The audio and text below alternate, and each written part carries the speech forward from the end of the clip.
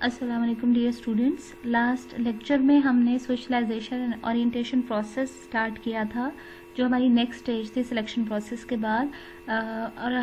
थोड़ा सा रिव्यू लेते हैं उस लेक्चर का, उसके बाद हमने टॉपिक को फर्दर कंटिन्यू करते हैं। लास्ट लेक्चर में हमने ये देखा कि सोशलाइजेशन क्या है। वो प्रोसेस है जिसके थ्रू कोई भी एम्प्लॉई अपने वर्क रोल से फेमिलियरिटी या अडॉप्टेशन हासिल करता है। सोशलाइजेशन और ओरिएंटेशन में मेन डिफरेंस ये है कि सोशलाइजेशन में आप वो जो एम्प्लॉई होता है वो फेमिलियर होता है with the organisation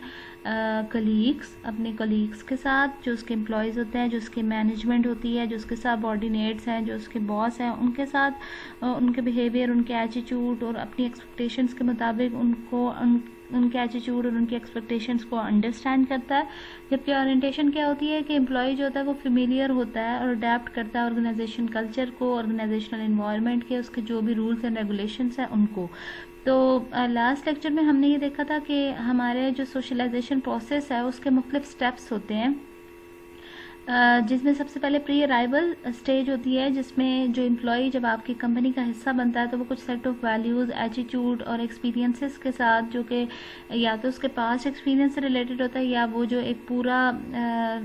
selection process से गो थ्रू होके आ रहा है वहाँ से उसने परसीव किया होता है। इन सेट ऑफ वैल्यूज़ को लेके वो उस ऑर्गेनाइजेशन का पार्ट बनता है। फिर इनकाउंटर स्टेज क्या होता है कि जब यही उसकी जो एक्सपेक्टेड वैल्यूज़, एटीट्यूड, बिहेवियर, उसके नॉलेज स्किल्स भी हो सकता है और कॉम्पिटेंसीज भी, जब रियलिटी इन रियल ऑर्गेनाइजेशन के कल्चर, उसके इन्वायरमेंट के साथ इनकाउंटर करते हैं तो फिर उसका क्या रिस्पॉन्स होता है। ठीक है, फिर वो किस तरह से उनको अडॉप्ट कर रहा है और उनके डिफरेंसेस को किस तरह से एक्सेप्ट करता है।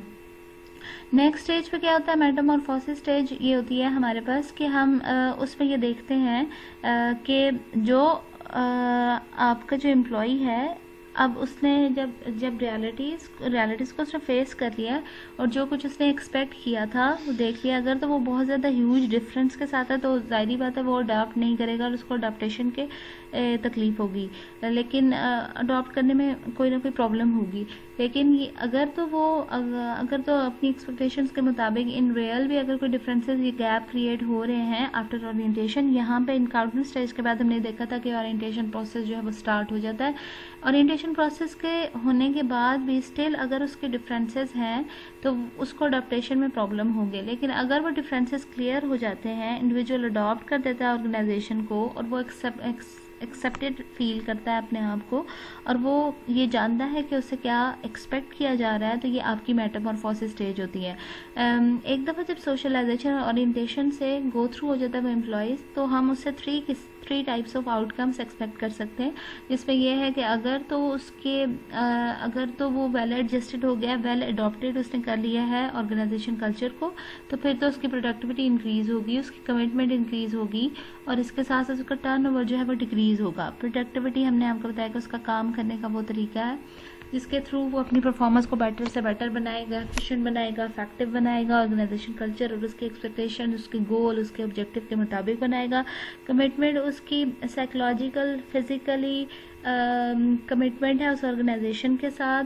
लॉयल्टी शो करेगा, उस ऑर्गेनाइजेशन की वेलबींग के लिए काम करना पसंद करेगा और अपनी जितनी भी एफर्ट्स हैं, जितनी भी एक्सर्शन है, वो सब के सब ऑर्गेनाइजेशन को प्रोडक्टिव बनाने के लिए यूज़फुल उन्हें बनाएगा और इसी वजह से उसका जो टर्नओवर है वो भी डिक्रीज करेगा। ये सारा कुछ हमने लास्ट लेक्चर में बहुत डिटेल से देखा था। इसके अलावा हमने लास्ट लेक्चर में देखा था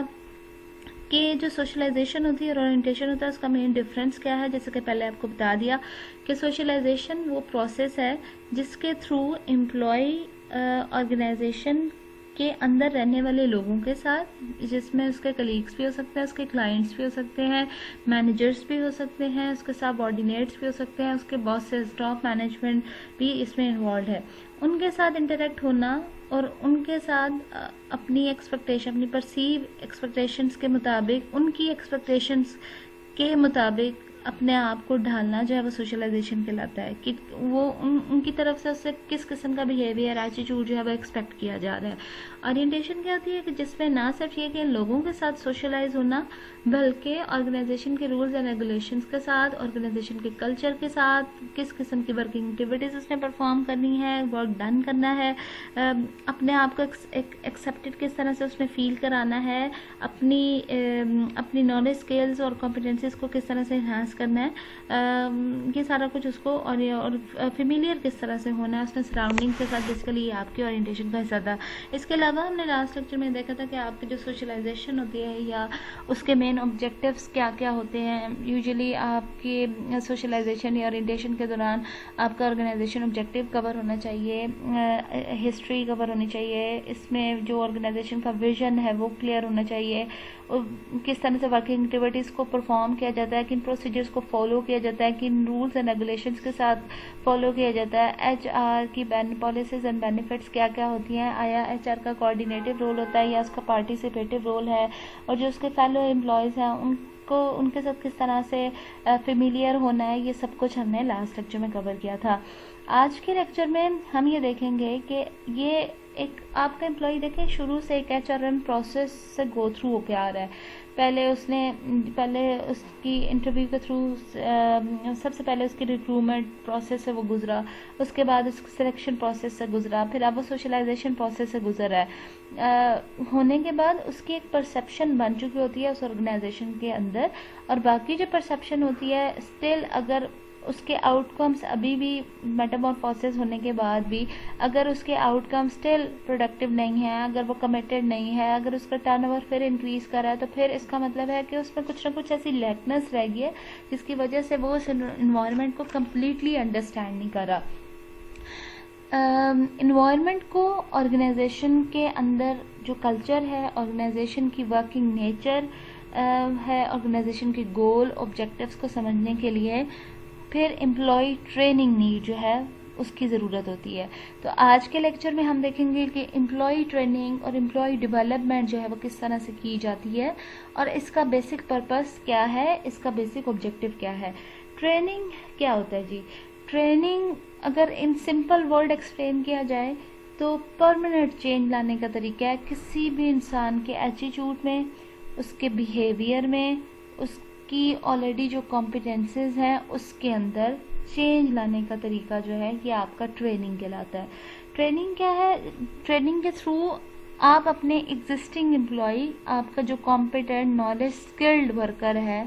बेसिकली उसके अंदर अगर कोई लैप होल्स हैं, अगर कुछ ऐसी वीकनेसेस हैं जिसकी वजह से वो अपने टास्क को उस तरह से परफॉर्म नहीं कर पा रहा है जैसा उससे ऑर्गेनाइजेशन या उसके एम्प्लॉय या उसके जो सबऑर्डिनेट हैं वो एक्सपेक्ट कर रहे हैं, अगर तो वो वैसा नहीं परफॉर्म कर पा रहा है तो इसका मतलब है कि उसके अंदर कुछ ना कुछ ऐसी लैकनेस ज़रूर है, उसको मज़ीद लर्निंग की ज़रूरत है और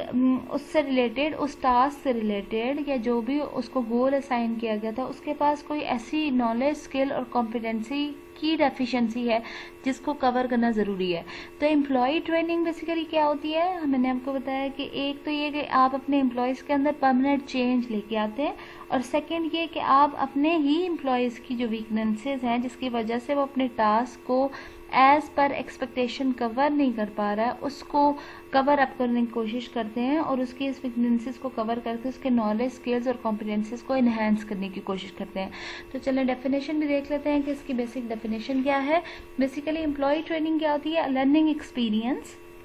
designed to achieve a relatively permanent change in an individual that will improve the ability to perform on the job। कि आपके एम्प्लॉय का वो लर्निंग एक्सपीरियंस है जो कि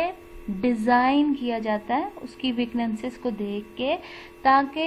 अगर इंडिविजुअल के अंदर किसी किस्म का कोई ड्रॉबैक है, कोई इसकी वीकनेसेस है, तो उसको कवर अप करके उससे परमानेंट चेंज लाया जा सके, उसकी एबिलिटी को जो कि वो उस जॉब को परफॉर्म कर रहा है उसको इम्प्रूव करने की कोशिश की जा सके। लेट्स सपोज हम एक टाइप राइटर की एग्जांपल लेते हैं। अगर एक टाइप राइटर की टाइपिंग स्पीड स्टिल इफेक्टिव नहीं है कि 100 वर्ड्स उसने टाइप करने हैं 1 मिनट के अंदर, लेकिन वो बार बार कोशिश करने के बावजूद भी 100 वर्ड्स के बजाय 50 वर्ड टाइप करता है या 25 टाइप करता है, या उसकी वो टाइपिंग स्पीड उस तरह से नहीं है जैसे कि ऑर्गेनाइजेशन एक्सपेक्ट कर रही है उसके आप बाकी जो कलीग्स हैं उनकी निस्बत, तो क्या होगा, उसको मज़ीद ट्रेनिंग की ज़रूरत पड़ेगी। ट्रेनिंग प्रैक्टिस, उसको ऐसे टास्क दिए जाएंगे जिसके थ्रू उसकी प्रैक्टिस को इन्हांस किया जा सके ताकि वो अपनी टाइपिंग स्पीड को as per requirement as per expectation जो है वो इम्प्रूव कर सके। तो एम्प्लॉय ट्रेनिंग आपका वो लर्निंग एक्सपीरियंस है जो कि ऑर्गेनाइजेशन की तरफ से डिज़ाइन किया जाता है ताकि जो एम्प्लॉई है वो किसी भी टास्क, किसी भी जॉब को परफॉर्म करने की एबिलिटी को इन्हेंस कर सके। एम्प्लॉय डेवलपमेंट क्या होती है जी? Employee development future oriented training है, focusing on the personal growth of the employee. अब एम्प्लॉय डेवलपमेंट हमारे पास क्या है, ये भी ट्रेनिंग की ही एक आगे आप एडवांस फॉर्म कह दो है कि जिसके थ्रू फ्यूचर ओरिएंटेड ट्रेनिंग कराई जाती है आपके एम्प्लॉय को ताकि वो अपने जो एम्प्लॉय है वो अपनी पर्सनल करियर ग्रोथ या करियर डेवलपमेंट जो है वो कर सके। फॉर एग्जांपल कैसे, जैसे देखें यहाँ एक एम्प्लॉय है वो प्रमोट हो जाता है, मतलब जैसे उसकी प्रमोशन हो जाती है और वो उससे अगला जो उसकी स्टेज है, प्रमोशन स्टेज है, उस पर प्रमोट हो जाता है। लेट्स सपोज मैं कहती हूँ एक लेक्चरर है और वो प्रमोट कर दिया जाता है एपी पे। अब एक एपी के अंदर जो ट्रेनीज है वो लेक्चर्स होंगे और उन ट्रेनीज को किस तरह से ट्रेन करेगा कि उसको ये पता है कि जब वो लेक्चरर था तो उसकी उस जॉब की, जो करंट जॉब थी, उसकी क्या क्या रिक्वायरमेंट थी और क्या क्या जो बिहेवियर था, क्या क्या नॉलेज, स्किल्स या कॉम्पिटेंसीज एक्सपेक्ट की जाती थी ताकि वो अपनी जॉब को बेटर से बेटर परफॉर्म कर सके और अपने आप को प्रोडक्टिव बना सके और एफिशिएंट शो कर सके। तो जब ये स्टेज से होके जाएगा तभी इसको पता चलेगा कि इस जो करंट जॉब थी उसकी, लेक्चरर की जो जॉब थी उसकी क्या क्या रिक्वायरमेंट हो सकती है। तो अगर तो वो जो एपी है वो इसको अगर जो लेक्चरर है उनको अगर ट्रेन एक ऑलरेडी वो ट्रेंड बंदा है और वो अगर ट्रेनी इसको ट्रेन कर रहा है, लेक्चरर के जो ट्रेनी है उनको अगर वो ट्रेन कर रहा है तो इसका मतलब है कि वो उस एम्प्लॉय की उस एम्प्लॉय ट्रेनिंग के अंदर साथ साथ उसकी एम्प्लॉय डेवलपमेंट भी करिएगा। उसको पता है कि आज अगर ये लेक्चरर है तो कल ये एपी के पोस्ट पे होगा, अगर आज मैं एपी हूँ तो कल मुझे असिस्टेंट प्रोफेसर की पोस्ट पे होना पड़ेगा, एसोसिएट से असिस्टेंट प्रोफेसर पे। तो ये जो आपके सामने क्लियर विजन हो जाता है ना कि आज आप लेक्चरर हैं, कल आप एपी होंगे, एसोसिएट प्रोफेसर होंगे, फिर आप असिस्टेंट प्रोफेसर होंगे, फिर आप प्रोफेसर बनेंगे, ये आपकी एम्प्लॉय डेवलपमेंट है और ये हर स्टेज पे आपको ट्रेनिंग दी जाती है। हमारे बहुत से ऐसे फैकल्टी डेवलपमेंट प्रोग्राम्स होते हैं जिसके थ्रू और बहुत सा ऐसा क्राइटेरिया होता है जो कि रख दिया जाता है, जैसे पीएचडी हो, रिसर्च पब्लिकेशंस वगैरह, जिसके थ्रू उसकी ट्रेनिंग होती है और उसकी डेवलपमेंट, जो एम्प्लॉय की करियर डेवलपमेंट है वो होती है और फिर उसके प्रमोशन के जो चांसेस हैं वो इंक्रीज होते जाते हैं। तो बेसिकली एम्प्लॉय डेवलपमेंट और एम्प्लॉय ट्रेनिंग में क्या डिफरेंस है? एम्प्लॉय डेवलपमेंट और एम्प्लॉय ट्रेनिंग दोनों ही बेसिकली एक एग्जिस्टिंग एम्प्लॉयज़ के लर्निंग एक्सपीरियंसेस हैं जिसके थ्रू उसकी वीकनेसेस या उसके लैब होल्स को कवर किया जा रहा होता है। लेकिन ट्रेनिंग शॉर्ट टर्म के लिए होती है ताकि जो एम्प्लॉय है वो उस वर्क को परफॉर्म करने की एबिलिटी को इन्हांस कर सके, जबकि जो डेवलपमेंट होती है वो फ्यूचर ओरिएंटेड होती है जिसका जो मेन फोकस होता है वो उसकी पर्सनल ग्रोथ पे होता है। आपके जो एम्प्लॉयज़ है उसकी पर्सनल ग्रोथ पे होता है कि वो नेक्स्ट फ्यूचर में ऐसी कौन कौन सी ट्रेनिंग उसका उस जॉब का पार्ट बन जाए ताकि वो, जैसे अब हमारे जॉब के लिए जो बेसिक रिक्वायरमेंट्स है वो रिसर्च पब्लिकेशन की रिक्वायरमेंट है, तो जितनी हमारी पब्लिकेशन ज़्यादा होंगी, जितनी जल्दी एक लेक्चरर पीएचडी का अपना प्रोसेस कंप्लीट करेगा और अपने रिसर्च पेपर जो है वो पब्लिश करेगा, उतना ही ज़्यादा उसकी करियर डेवलपमेंट के, उसके प्रमोशन के चांसेस जो हैं वो इंक्रीज़ हो जाएंगे। नेक्स्ट हमारे पास आ जाता है determining training needs. Training needs assessment भी नहीं कहा जाता है, जिसे बेसिकली TNA का नाम दिया गया है। सबसे पहले तो आपको ये ज़रूरी है कि आप ये डिटर्मिन करें कि आपके जो एग्जिस्टिंग एम्प्लॉयज़ है उसमें क्या ऐसी वीकनेसेस हैं जिसकी वजह से आपका जो एक्सपेक्टेड गोल है वो अचीव नहीं हो रहा है। अगर आप उसको डिटर्मिन कर लेते हैं तो फिर उसको ट्रेनिंग नीड की ज़रूरत होती है। तो सबसे पहले तो ट्रेनिंग नीड असेसमेंट की ज़रूरत होती है। Specific training goals should be based on organisational need, type of the work to be done, skill necessary to complete the work. अब जो स्पेसिफिक ट्रेनिंग गोल्स, सबसे पहले तो आपने ये देखना है, ट्रेनिंग नीड को असिस्ट करने से पहले आपने ये देखना है कि आपके ट्रेनिंग गोल्स क्या क्या हैं, उस स्पेसिफिक जो है, जैसे आपकी ऑर्गेनाइजेशनल नीड क्या है कि लेट सपोज आप एक प्रोडक्ट को लेट सपोज आप क्या कर रहे हो कि आपका कस्टमर आपसे डिमांड कर रहा है कि आपने 30 पैकेट्स बनाने हैं एक दिन के अंदर, ठीक है। किसी भी चीज़ के वो पैकेट्स हो सकते हैं। आपने वो 30 पैकेट्स बनाने हैं, 30 प्रोडक्ट डेवलप करने हैं एक दिन के अंदर, ठीक है। अब ऑर्गेनाइजेशनल की मार्केट नीड क्या है कि उसने एक दिन के अंदर हर कस्टमर के लिए 30 पैकेट्स को डिज़ाइन करना है, जबकि उसका अगर एक्चुअल परफॉर्मेंस देखी जाए तो वो एक दिन के अंदर शायद 5 पैकेट डिज़ाइन करी है पर कस्टमर के लिहाज से, या एक दिन के अंदर 10 पैकेट जो है वो डिज़ाइन करी है। तो क्या है, अब देखिए, उससे ऑर्गेनाइजेशन नीड की डिज़ायर क्या है, ऑर्गेनाइजेशन से क्या एक्सपेक्ट किया जा रहा है कि उसने 30 पैकेट डिज़ाइन करने हैं, जबकि इन एक्चुअल में वो क्या करी है, 5 या 10 पैकेट जो है पर कस्टमर के लिहाज से डिज़ाइन करी है। तो क्या हुआ, आपकी ट्रेनिंग नीड जो है वो जनरेट हो गई, ठीक है। ऑर्गेनाइजेशनल यूजुअली अपनी प्रोडक्ट नीड को, मार्केट नीड को या कस्टमर नीड को फुलफिल करने के लिए ट्रेनिंग गोल्स जो है वो असाइन करती है। फिर type of the work to be done, एक टाइप, लेट सपोज आप पहले वही काम मैनुअली कर रहे हो, जबकि नीड क्या आ गई है कि वो कंप्यूटराइज्ड होना चाहिए, ठीक है, क्योंकि उसमें एफिशिएंसी चाहिए और उसमें इफेक्टिवनेस चाहिए। तो क्या उस मैनुअल वर्क को कंप्यूटराइज करने के लिए आपको अपने एग्जिस्टिंग स्टाफ को ट्रेन करना है, कंप्यूटर नॉलेज सिखाना है, कंप्यूटर कॉम्पिटेंसी, कंप्यूटर स्किल से उनको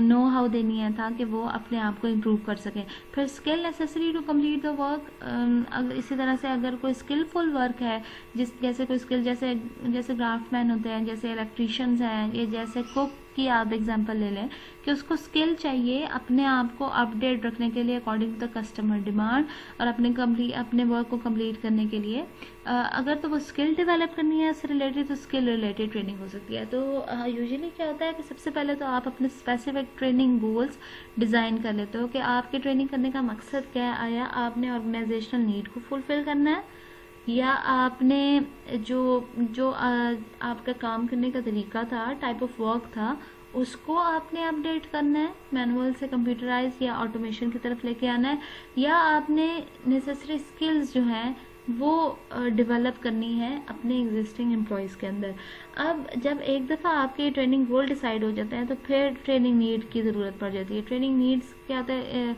इन गोल्स को बनाने के पीछे कुछ ऐसे इंडिकेटर्स भी होंगे जिसकी वजह से भी आपको ट्रेनिंग की ज़रूरत हो सकती है। वो क्या हो सकते हैं, लेट सपोज आप ट्रेनिंग हमने क्यों करनी है, क्योंकि हमने चेंज को अडॉप्ट करना सीखना है। आपको पता है जी ग्लोबलाइजेशन का दौर है, टेक्नोलॉजी में एडवांसमेंट हो रही है, आए दिन चीज़ें जो है वो चेंज हो रही हैं, एडवांस होती जा रही हैं। आज आप विंडोज 6 पे के एक्सपर्ट थे, कल विंडो 7 का लॉन्च हुआ, फिर विंडो 8 का हुआ, आपने विंडो 8 सीखी तो विंडो 10 भी आ गई। तो क्या हुआ है कि चीज़ें जो है टेक्नोलॉजी में एडवांसमेंट आ रही है, ग्लोबली चेंज आ रहा है, तो फिर आपको उसके अकॉर्डिंगली ही खुद को चेंज करना है और खुद को अपडेट करना है। तो इंडिकेटर्स में अगर देखा जाए तो प्रोडक्टिविटी आपकी ड्रॉप्स हो रही है क्योंकि आपने एडवांस मेथड ऑफ प्रोडक्शन जो है वो भी अभी अडॉप्ट ही नहीं किया और उसको अपने प्रोसेस का हिस्सा ही नहीं बनाया। आपके कस्टमर की तरफ से कॉन्टीन्यूस आपके प्रोडक्ट की रिजेक्शन आ रही है, आपकी जो जॉब परफॉर्मेंस है वो टोटल इनफेक्टिव है, इनएडिक्वेट है, जिसकी वजह से आपकी कंपनी की कॉस्ट तो इंक्रीज करी है लेकिन एज सच उसकी प्रोडक्टिविटी और जो एक्सपेक्टेड जॉब परफॉर्मेंस है वो डिक्रीज करी है। इस तरह से नंबर ऑफ एक्सीडेंट, मतलब बहुत ज़्यादा मिस हैंडलिंग हो रही है, मिस यूज़ हो रहा है रिसोर्सेज का, वो ज़्यादा होता जा रहा है, राइज अप हो रहा है, बहुत ज़्यादा वेस्टेज हो रहा है। तो क्या है, ये सारे इंडिकेटर्स हैं जो कि आपको इंडिकेट करते हैं कि अब आपने टीएनए की तरफ आना है। अब आपने अपने एम्प्लॉयज़ को ट्रेन करना है, ट्रेनिंग नीड जनरेट हो गई है, और अगर ये नहीं होगी, अगर अभी से ही अपनी इस वीकनेस को नहीं कवर करेंगे तो एक वक्त आएगा कि आपकी कंपनी जो है वो बैंकक्रप्ट हो जाएगी। इसी तरह से एक तो हमने देख लिया कि यूजुअली कंपनी जो है वो ट्रेन करती है अपनी ऑर्गेनाइजेशन नीड को फुलफिल करने के लिए, अपने वर्क की इन्हांसमेंट के लिए, अपने स्किल्स को इन्हांस करने के लिए, या कुछ ऐसे इंडिकेटर हैं जिसकी वजह से उसको ट्रेनिंग की ज़रूरत पड़ती है। या क्या होता है कि एक कंपनी ने अपने आप को कॉस्ट इफेक्टिव क्यों, देखिए पहले तो ऑर्गेनाइजेशन का गोल होता था ना प्रॉफिट मैक्सिमाइजेशन, उसके साथ साथ अब ऑर्गेनाइजेशन का एक गोल में क्या आ गया कि वैल्यू एडेड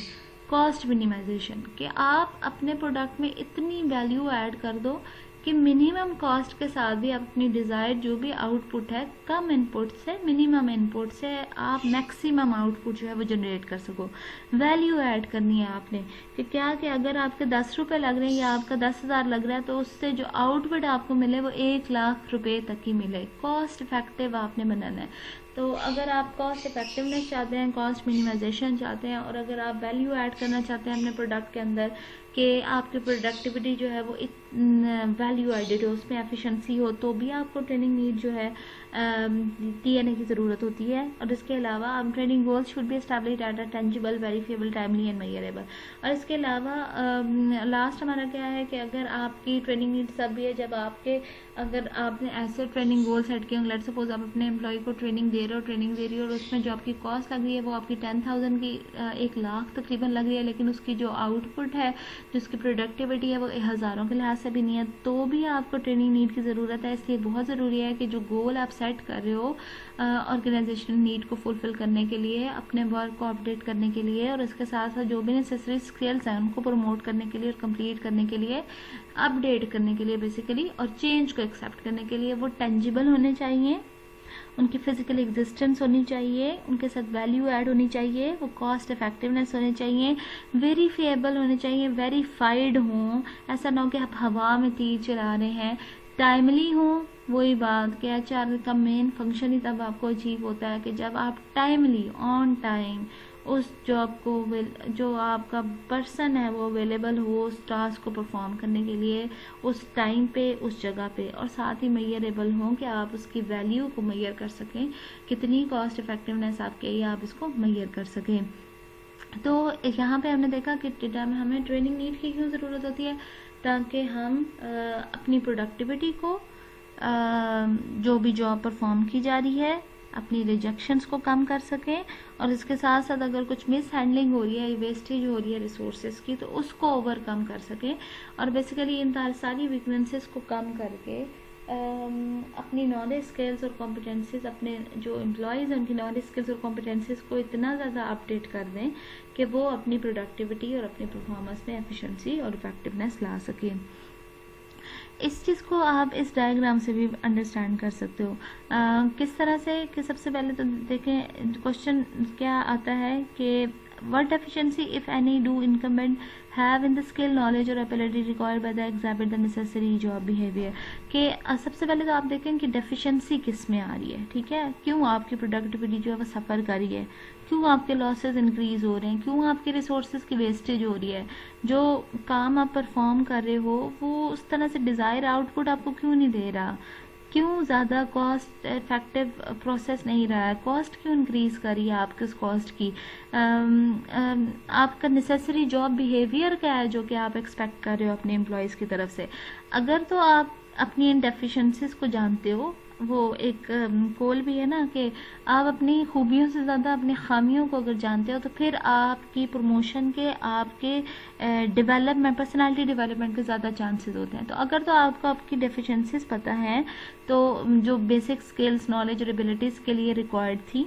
तो इसका मतलब है कि आपको नीड है ट्रेनिंग की, ठीक है। फिर आपने क्या करना है, इसके साथ साथ आपको ऑर्गेनाइजेशन गोल पता है, और ये अगर आपको पता है कि आपने किस किस्म का टास्क आपने अचीव करना है, और फिर उस टास्क को अचीव करने के लिए आपने किस किस्म की स्किल्स, नॉलेज और बिहेवियर एक्सपेक्ट किया जा रहा है, अगर तो आपको पता है तो फिर आपको ट्रेनिंग नीड है। और अगर आपको नहीं पता है तो फिर आपको मज़ीद वर्किंग करने की ज़रूरत है, ताकि आप अपनी इन डेफिशिएंसीज को कवर अप कर सको और आप अपनी एक्सपेक्टेशन को मीट कर सको। नेक्स्ट अब हम पढ़ेंगे, अभी हमने देख लिया कि किस तरह से हम ट्रेनिंग नीड को डिटरमिन करते हैं। अब हम देखेंगे कि यूजुअली एम्प्लॉय ट्रेनिंग की टाइप्स कितनी होती हैं। तो इसके लिए सबसे पहले on the job training methods होते हैं और of the job training method होते हैं। ऑन द जॉब ट्रेनिंग क्या होती है कि आपको ऑन द जॉब ही मतलब आपकी जो एग्जिस्टिंग जॉब है इसी के अंदर ऐसे चांसेस दे दिए जाते हैं, ऐसे मेथड या ऐसी ट्रेनिंग प्रोवाइड कर दी जाती है जिसके थ्रू आप अपनी स्किल्स या नॉलेज को इन्हांस कर सको। फॉर एग्जांपल जैसे जॉब रोटेशन, हमने जॉब एनालिसिस के चैप्टर में जॉब रोटेशन का कॉन्सेप्ट बड़े डिटेल में पढ़ा था, जिसमें यूजुअली क्या होता है कि आपके एग्जिस्टिंग एम्प्लॉय को ही फर्दर मज़ीद कोई जॉब से रोटेट कर दिया जाता है। इससे उसको अपनी जो करंट परफॉर्मेंस है उसको इन्हांस करने का भी मौका मिल जाता है और अपनी एबिलिटीज़ और अपनी स्किल्स, कॉम्पिटेंसीज को एफिशिएंटली यूज़ करने का भी चांस मिल जाता है। जैसे लेट्स सपोज हमने आपको बताया था कि अगर एक लेक्चरर है, उसका बेसिक काम क्या है एकेडमिक में, लेकिन अगर वो रिसर्च ओरिएंटेड टास्क भी परफॉर्म कर रहा है तो बेसिकली वो उसकी जॉब रोटेशन है। इसी तरह से अगर वो अपनी जॉब के साथ साथ एज अ कोऑर्डिनेटर भी एक्ट कर रहा है तो ये भी उसकी जॉब रोटेशन है। ऑन द जॉब ट्रेनिंग में बेसिकली क्या हो रहा है कि person learn a job by actually doing the job. क्या आपका जो पर्सन है वो एक्चुअल में उस जॉब को परफॉर्म करके उसकी लर्निंग जो है वो रिसीव कर रहा है। कैसे कि लेट सपोज कोचिंग के थ्रू जैसे हो गया, जैसे मैंने आपको बताया कि आप कोचिंग या अंडर स्टडी आप असाइनमेंट्स देते हैं कि आप एक्चुअल में उस मशीन, एक बंदा है किसी मशीन के साथ अगर वो काम कर रहा है और उसकी उस काम या उसकी प्रोडक्ट परफॉर्मेंस पर इस तरह से इफेक्टिवनेस नहीं है तो एक एफिशिएंटली परफॉर्म करने वाला बंदा उसके सामने उसको उस मशीन में काम करके दिखा दे तो भी क्या होगी, ऑन द जॉब ट्रेनिंग आपकी वो ऑन द जॉब ट्रेनिंग हो जाएगी। इसी तरह से अंडर स्टडी कुछ असाइनमेंट्स होती हैं जो दी जाती हैं जिसके थ्रू भी आपकी ऑन द जॉब जो है वो ट्रेनिंग हो जाती है। इसके अलावा एक अप्रेंटाइसशिप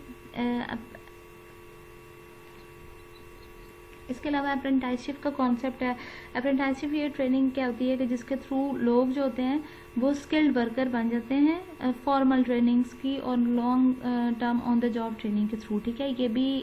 ऑन द जॉब ट्रेनिंग की एक टाइप्स है, जैसे कारपेंटर हो गया, शेफ हो गया, इलेक्ट्रिशियन हो गया, एलिवेटर हो गया।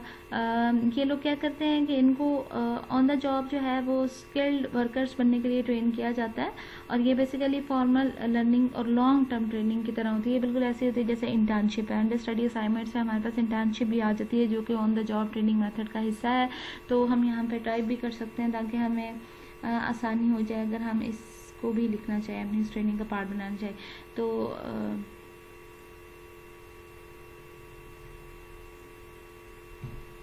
यहाँ पे हम इस कॉन्सेप्ट को भी लिख लेते हैं।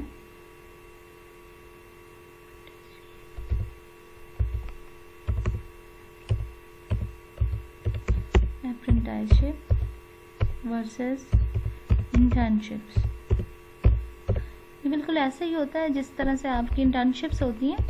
लेकिन इसमें और इंटर्नशिप्स में बेसिकली डिफरेंस ये होता है कि इंटर्नशिप में बेसिकली आपने स्किल्ड वर्कर्स को नहीं ट्रेन करना था, वो शॉर्ट टर्म के लिए होती है। ठीक है, या स्किल्ड वर्कर को ही आप ट्रेन कर लेते हैं लेकिन शॉर्ट टर्म के लिए आप उसको जो है फॉलो करते हो और अपने इस प्रोडक्टिविटी का हिस्सा बनाते हो। लेकिन अप्रेंटिसशिप में क्या होता है कि आपका जो वर्कर होता है वो लॉन्गर टर्म के लिए और थ्रू फॉर्मल लर्निंग एक चीज़ को अपनी प्रैक्टिस में ले आता है। जैसे शेफ़ हो गया, जैसे कंस्ट्रक्शन क्राफ्ट लेबर हो गया, जैसे इलेक्ट्रीशियन है, जैसे फायर मेडिक है, जैसे लॉ इन्फोर्समेंट कोई एजेंट है, या आप कह सकते हो चाइल्ड केयर डेवलपमेंट स्पेशलिस्ट है आपका, या डेंटल असिस्टेंट है। ये लोग क्या है इनकी लॉन्ग टर्म ट्रेनिंग, ऐसी लॉन्ग टर्म ट्रेनिंग हुई है जिसके थ्रू ये इन्होंने क्या किया है कि उस चीज़ को अपनी जो स्किल थी, अपना जो नॉलेज या कॉम्पिटेंसी थी उसका पार्ट बनाया, लॉन्गर टर्म के लिए उसको पार्ट बनाया, थ्रू फॉर्मल लर्निंग उसका पार्ट बनाया। इंटर्नशिप यूजुअली शॉर्ट टर्म्स की होती हैं, इसमें भी आप कुछ स्पेसिफिक स्किल हासिल करते हो लेकिन उस तरह से एक्सपर्ट नहीं बनते कि आप एज अ प्रोफेशन इसको मज़ीद फ्यूचर में अडॉप्ट कर सकें। इस ऑन द जॉब ट्रेनिंग के अलावा आपकी कुछ ऑफ द जॉब ट्रेनिंग होती है जिसमें क्या होता है कि आप क्लासरूम लेक्चर्स आ जाते हैं इसमें कि आप अपने लेक्चर्स को सिंपल वे में और क्विक वे में नॉलेज के साथ लार्ज नंबर ऑफ ट्रेनीज जो होते हैं उनको उनके सामने प्रेजेंट कर दिया जाता है इफेक्टिव वे में, और इसके मुख्तलिफ मेथड्स आपको बता दिए जाते हैं कि किस तरह से आप अपने लेक्चर्स को इफेक्टिव बना रहे होते हो। कि जैसे आपने अपनी बॉडी लैंग्वेज को कंट्रोल करना होता है, आपने अपने लिसनर्स को सिग्नल देने होते हैं ताकि वो अलर्ट रहें, उनके साथ आई कॉन्टैक्ट अपने ऑडियंस के साथ मेंटेन करना होता है, आपने अपनी बॉडी लैंग्वेज को कंट्रोल करना होता है, आपने अपनी कम्युनिकेशन स्किल्स को इन्हांस करना होता है, और आपने अपनी प्रेजेंटेशन को प्रैक्टिस और रिहर्स करना होता है। तो ये क्लासरूम लेक्चर्स भी बड़ा एक सिंपल वे है जिसके थ्रू आप कम वक्त में लार्ज ग्रुप ऑफ ट्रेनिंग्स को नॉलेज जो है वो प्रोवाइड करके ट्रेन कर सकते हो। इसके अलावा फिल्म्स एंड वीडियोज़ हैं। फिल्म्स एंड वीडियोज़ इस तरह से कि ऑफ द जॉब में आप क्या करते हो कि आप उस टास्क से रिलेटेड या किसी मशीन को अगर हैंडल करना है या कोई सॉफ्टवेयर डेवलप करना है तो उससे रिलेटेड कोई फिल्म या वीडियो उसको दिखा देते हो जिसके थ्रू वो अपनी डेफिशिएंसीज को कवर अप कर लेगा। इसके अलावा सिमुलेशन एक्सरसाइजेज होती हैं जिसमें आपका इंटेलिजेंट ट्यूटोरिंग सिस्टम भी आ जाता है। ये बेसिकली क्या होता है कि ये प्रोग्राम लर्निंग टाइप है, जैसे कंप्यूटराइज्ड सुपरचार्ट या प्रोग्राम इंस्ट्रक्शन प्रोग्राम्स होते हैं जिसके थ्रू आप मतलब जैसे अभी हम नॉलेज जो है वो आप तक पहुंचा रहे हैं वीडियो कॉन्फ्रेंसिंग के थ्रू या वीडियो लेक्चर दे के या कंप्यूटर बेस्ड प्रोग्राम इंस्ट्रक्शंस दे के या वर्चुअल लेक्चर आपको प्रोवाइड करके, बेसिकली ये भी एक ट्रेनिंग एक्सरसाइज है जो कि की जाती है। इसके अलावा भी कुछ ट्रेनिंग्स के मेथड होते हैं जिसमें इंटरनेट बेस्ड ट्रेनिंग आ सकती है, इसमें tele training and video conferences आ जाती है, कंप्यूटर बेस्ड ट्रेनिंग होती है, e learning and learning portals होते हैं, मतलब ऑफ द जॉब भी बहुत से ऐसे सोर्सेज हैं जिनके थ्रू आपको ट्रेन किया जा रहा होता है।